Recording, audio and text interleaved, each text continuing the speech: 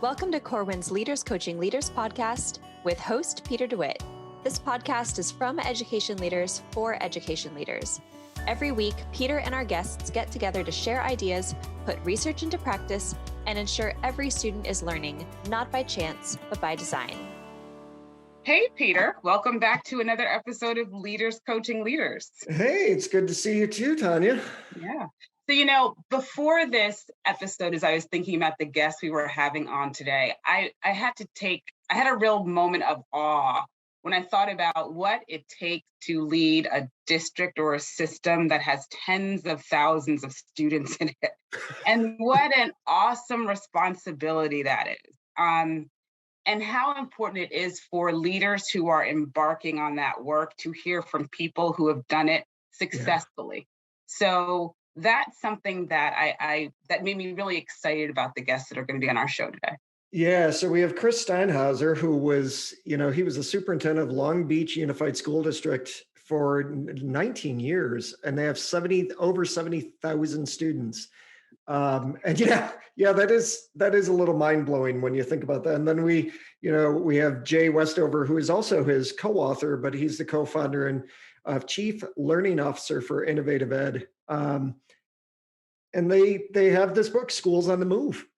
And this conversation, is not only about the book. I mean, I think that's important to be able to talk about what does your book offer, but it was also just some really practical insight into not only how school leaders and teachers should be doing work or should be operating, but it was really about also acknowledging the high level of burnout that people are feeling, and the idea of, how do you get people to be a part of a school team when they're burned out and they don't want to take on anymore, and you've got principals that are losing teachers and they've got unfilled positions. And we got into that stuff because I feel like it's important for us to be real with those conversations. And Chris and Jay certainly did a really good job of answering those questions. Yeah, I completely agree. So without further ado, listeners, enjoy the session. Hey, Chris and Jay, welcome to the Leaders Coaching Leaders podcast. Nice. Thank you. Appreciate the opportunity. Absolutely. It's good to see you both. Congratulations on the book, Schools on the Move. Chris, can you talk to me a little bit about where that came from? Well, it actually came from Jay. So during the COVID-19 pandemic, I had just retired. Jay contacted me because I've known him for a long, long time and asked if I would be interested in writing this book with him, documenting some of the work that we did in Long Beach that he's done. So Jay, give me some follow-up on that, since the idea came directly from you. I think Chris is being a little bit too kind. So, Long Beach is recognized as probably one of the most successful districts that we know in the United States. And I've always appreciated what he's done as a superintendent. So we understood school improvement, district improvements, but Chris coming on board and writing the book really added a lot of layers to it, because it went from we know how to do this work to here's how this work actually looks like in action. So I don't think the book would have been what it is now if it wasn't for Chris and the work in Long Beach. Well, I'm glad that, you're both still talking after the book, so that's a good thing. So that's nice.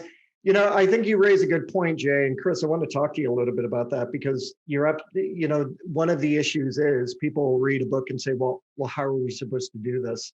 And that's something that you're offering. And I don't want to make this question just about the book either. I actually want to make it about the fact that, over the past couple of years, when we work with school leaders or teachers, they're looking at it, but they're just saying, how do we do this back at our school? So can you give some examples about what you focused on, just so people know the topics that you were looking at and what to do about it? So just a couple of examples of what you focused on in the book. Yeah, so, writing the book was a great experience, because it really helped to bring, for me, the experience that we had over the last 20 plus years in Long Beach, developing a coherent system. And, you always have new stakeholders, new kids, new teachers, new parents. And so it's really important to focus on those key drivers of, having a clarity of focus, continuous improvement, shared leadership. And what does that mean? What does it mean lead from the middle? What does it mean when you say what is good, and what does it look like?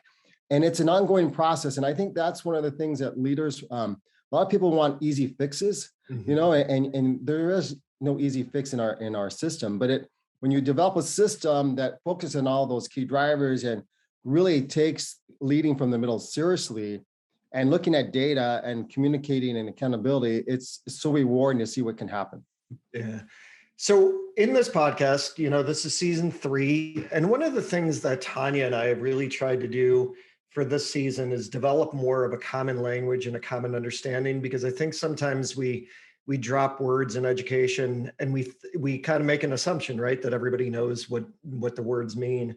So when you say shared leadership, and maybe I'll go to Jay with this one, because Chris, you called him the brains of the operation. So Jay, I'm going to go to you on this one. When we talk about shared leadership, could you talk a little bit about what that means? Because I think that's something that might mean different things to different people.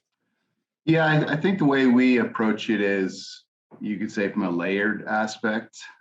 We know in a school system that district team, whether it be cabinet or extended cabinet, has to really have a collective understanding of the improvement process, how they engage the schools.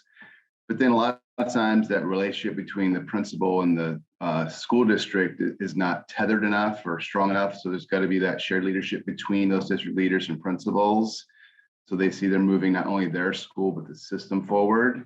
Then the principal has to develop an exceptionally strong school leadership team, more distributed leadership and structure. And ultimately, it has to impact teacher teams or PLCs. So we've always thought of it as like a ladder. You go from the student to the PLC or teacher team, the school leadership team, the principals, up to the district.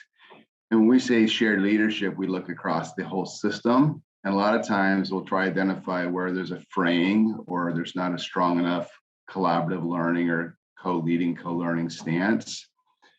So the book was really written to say all schools should be on the move, but the system has to be positioned from a shared leadership standpoint so that all schools can be successful, and they can't do it in isolation. Yeah.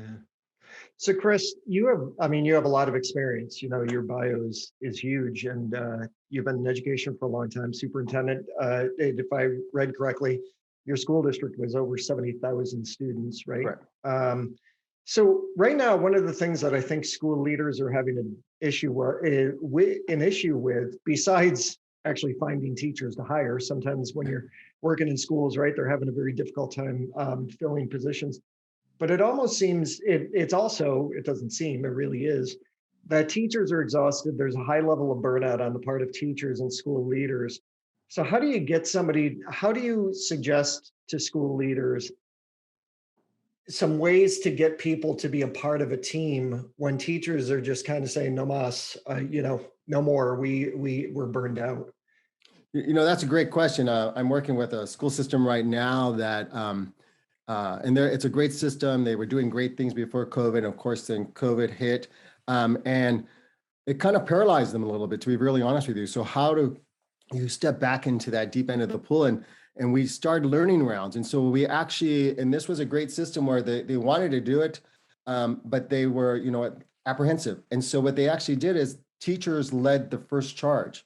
So we helped teachers understand what a learning round was about, look at their problems of practice, but they didn't include their administrator. And I have to give their administrator credit, because they had to provide the structure and culture there to let it go forward.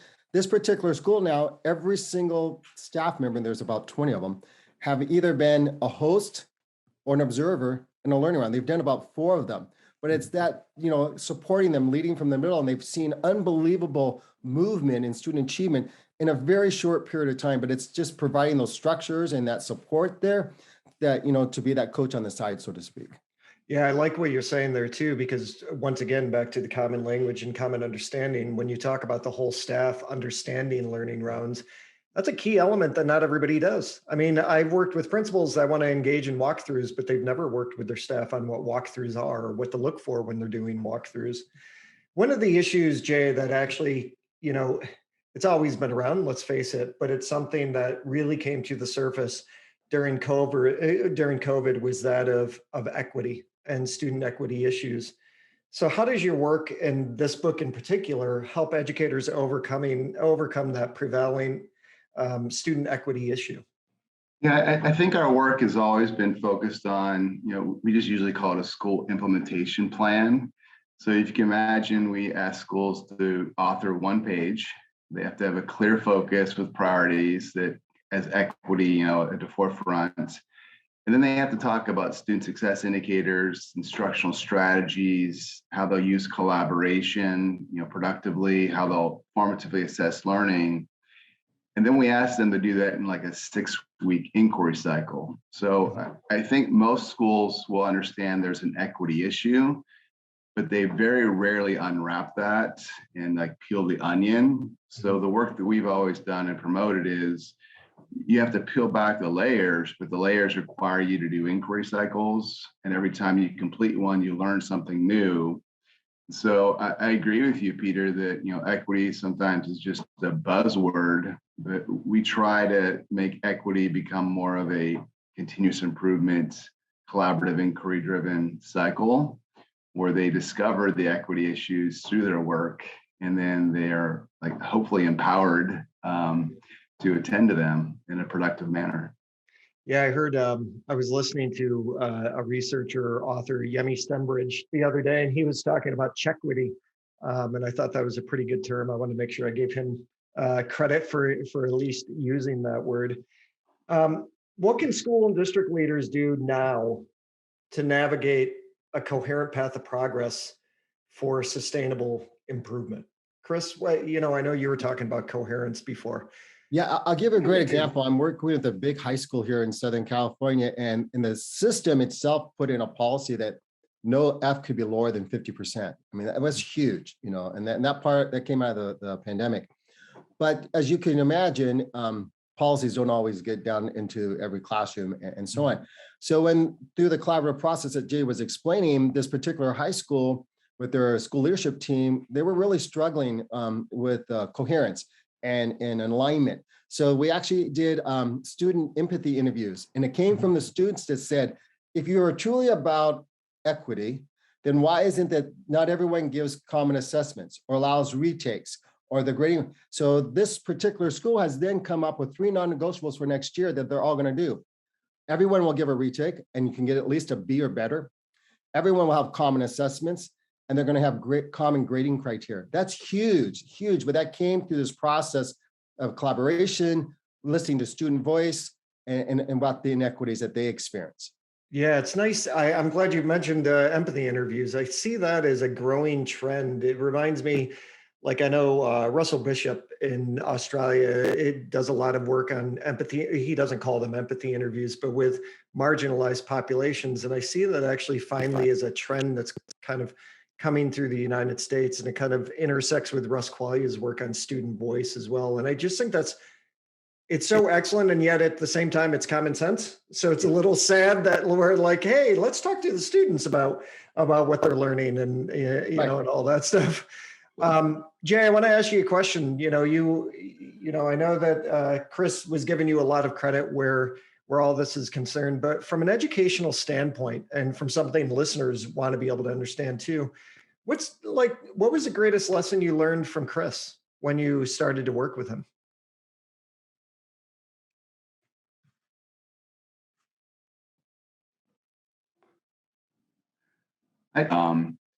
Leadership matters.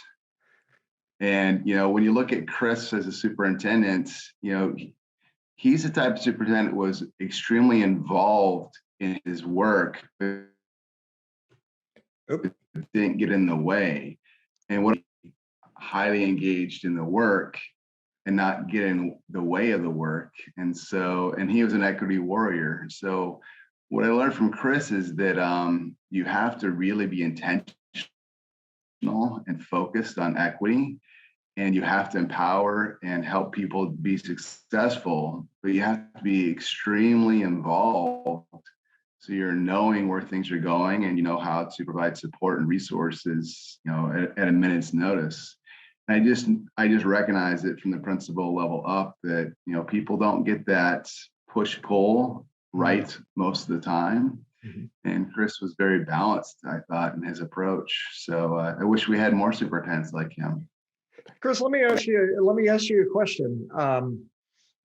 What is the hardest part you see, like, because you have all this experience and you're doing this work in schools and everything else, what is the barrier you see to actually doing this work that you're suggesting? That's a great question because I served as 18 years as a superintendent and 39 in the system, and obviously, many jobs in between. And I think sometimes people want easy fixes. They want the shiny apple tomorrow. And there's a lot of, pushes out there. So for example, from the boards, from your community, from your business people. And it takes a lot of work for people to understand that you got to go slow to go fast, and you have to celebrate those wins along the way. And developing that culture that everyone's going to work together for this great outcome. And sometimes people don't want to put the energy in that, because there's a lot of energy up front that you've got to put in to get those outcomes. And you may not see some gains, for the first year or 2 years, but you got to stick with it. But if you believe in continuous improvement, that's the beauty of looking at data, both hard data, soft data. I call it street data, from the kids and so on. But it's amazing what can be achieved once you put it together and have faith. Yeah, I like that. I like that street data. That's a that's a really good thing to be able to say. What is it you want people to walk away understanding about your book? Like, what's a key takeaway, Jay, that you want people, when they're reading the book and when they're doing this work, what's a key takeaway that you want them to have? Yeah, I think I'll go from a very simple answer, Peter. So, Chris mentioned it in the beginning. We believe that collaborative inquiry is the core driver of the work. We have to deeply understand how that's a process for co-leading and co-learning, and what it looks like, and how to engage in it. But then clarity of focus is essential. We have to know where we're going, how we're going to get there. We have to have that shared leadership in place that's going to be effective and productive. From an instructional standpoint, we have to understand pedagogy, we have to understand instructional coherence, and then we have to understand those cycles of improvement. So I think the book was written to, engage the school level and really understanding where they are now and where they have to build strength, and also a tool for district leaders to look across all their schools, understand systemically where there might be an issue that they have caused, but then also look at individual schools to figure out how to best support them. So we try to do a balance of, all schools should be on the move, but yet a district should be more capable of understanding the improvement of systems and the, support of individual school sites at the same time. One of the things that you focused on is another one of those tricky words that we hear in the field from people, and that's the whole idea of continuous improvement. Why do you think that continuous improvement sometimes gets a bad rap? I'll take either one of you that might have an answer there. So Chris, if you can answer that from how you did that inquiry process, your 9 to 12 week. I'm laughing because I'll use me as an example, because we have been doing it for so many years. I had some teachers finally come up to me and say, Chris, can't we just stop? And so I use the analogy. I said, if you remodel your house and you start painting your rooms, you eventually go back to the first room you painted. I go, because it's old and it just needs to be, fresh. It's the same thing with us. So we have a new group of kids that come in every year. In some cases, some districts have a lot of new teachers. So we have to bring everybody on there. And there's new research. There's new powerful things out there. I mean, use student voice. I didn't use a lot of student voice in the beginning of my career, and I regret that. I always wonder what we could be at today if we had done that. And so the issue is continuous improvement is like a diet. You always want to, you have a workout plan. You want to get better. You want to get stronger. You're looking at that data. And then when you share that with people, they go, I get it. Because, people always want to say, is it done? And I go, it's not done until every single kid is where we want he or she to be. Yeah, that's a really good analogy. So I appreciate that. And, I think we all who have been in education for a long time, I think we always look back and wish we did some things differently. And I think that we're trying to, especially during the pandemic, trying to find a more human way to operate as well as a school, right? I mean, things we should have been doing, but but we don't. So this might seem like an odd question as we start to wrap this up, but it's going to be, what question do you wish I asked that I didn't in this podcast? What question do you wish I asked, Jay, that I didn't? Well, I'm just going to extend what you asked, Chris. We usually call that improvement cycle just 369. And so what I've noticed is everyone will talk about PLCs, but I don't usually see a very strong 3 to 4 week inquiry cycle that has impact every 3 to 4 weeks. And that I don't see a school leadership team that understands how they're moving the school. And about every 6 weeks, they should be checking in on grade level content teams. How are we improving as a school? How do we adjust? And then I don't always see principals coming together every 9 to 12 weeks and saying, how's my school doing and how are all schools doing in conversation with the system leaders. So, I think the question that we try to answer is, how do you put a continuous improvement process in place that really engages strong feedback loops at the teacher team, school leadership team, principal, district leader level, so the system knows where it's going and knows where to attend to problems of practice at any given time. I think the challenge, it may not be we don't understand continuous improvement. It might be that we just have never done it well. It's probably what the real problem is. Yeah, that's definitely a great suggestion. I think sometimes district offices, respectfully, but I think sometimes district offices contradict the work that they want the buildings to do. I find that there's a disconnect between what they want building leaders to do with their school leadership teams and the message that's given from the district. When building principals go up to district meetings, we don't model what we're actually preaching for them to do. Chris, what about you? What's a question that you wish that I asked that I didn't? Well, I'm going to build upon what both of you just said, because the question is, how do we build structures and culture to do exactly what we're talking about? Because you're right, sometimes systems aren't supporting the work that need to be done. And Jay's exactly right that we have to have these structures in place. So how do we build them within the times that we have? And how do we reimagine what we do? And more importantly, how do we help every educator to understand that he or she is a leader and that they can lead from the middle, and that they can, if they use these tools, they're lifelong and they're going to have huge impact for the positive in closing the gap. I think that's our greatest challenge. How do we, massive the forces together for the good? Well, gentlemen, thank you very much. Chris Steinhauser, Jay Westover. The book is Schools on the Move from Corwin. And thank you so much for being on the Leaders Coaching Leaders podcast. Thank you. Thanks, Peter. Appreciate the opportunity. So Tanya, what do you think? What do you think about the interview? Did I do okay? You did okay, Peter. I guess. No, as always, what a way that we keep it in this very friendly and open and safe discussion, but gives so much information in a small span of time. And one of the things that I took away from that, again, because there's always so much I take away from these conversations that you have with our guests. But, we have this thread in all of our sessions about defining the terms, because it's really important that people have a common language when they're talking about things. Yeah. And so in this session, really thinking about alignment and continuous improvement and just making sure there's coherence in the system, all of those terms that, revolve around this idea of people collaborating around a shared vision, how that just becomes more and more and more important the larger and larger and larger the district is, and the more people you have to bring together to do this.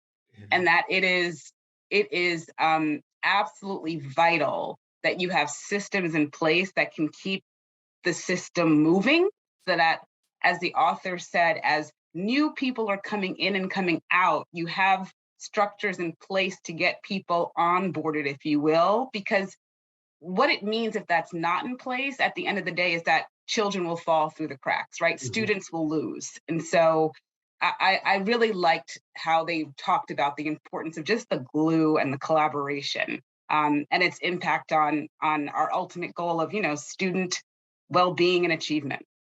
Yeah. And, I'm glad this season, what we're trying to do is just asking about that common language and common understanding. That's been a bug of mine for Yeah. years, right? When we talk about student engagement or growth mindset. And so when Chris mentioned when Jay mentioned continuous improvement, I wanted to really ask, what does that mean? They had a great follow-up answer, which I think is important. I know that off air, we had a good conversation too, which was, why is it that potential school leaders are not learning these things, these important details in their university training? When we're going back to be in school leaders and we go through the school leadership classes and, law and education and everything else, why are we learning these practical things either? And I feel like, Jay and Chris definitely are offering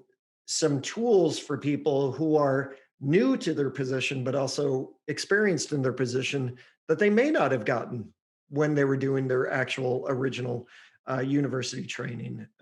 So I think that's important too, because it's really practical. It's based in research. And just overall, it was a good conversation. I do like that Chris mentioned street data. Like that to me was just a really nice thing. And I'm glad that he mentioned empathy interviews too, because like I said during the podcast, I feel like empathy interviews are on a serious trend. And they're just so important because they're hearing from students and students are talking about what the barriers are to learning. And it does. It reminds me of Russ Qualia's work on student voice that he's been doing for so long. And Yeah. so just really important elements that school leaders and teachers can look to as well. So no, I enjoyed the conversation very much. Yeah. I mean, hopefully our sessions do act like a course syllabi or something where we're our own little school of, doing our best to at least introduce listeners to topics that, again, are evidence-based, research-based, people who have done the work and done it well. And so always excited to learn with you. And maybe we can talk. Maybe we can now call it Gans DeWitt University or something. We have to figure out how to get accreditation. There you go. Well, Peter, Tanya, always good to see you. Always good to see you too, Peter. Enjoy the rest of your day. You as well.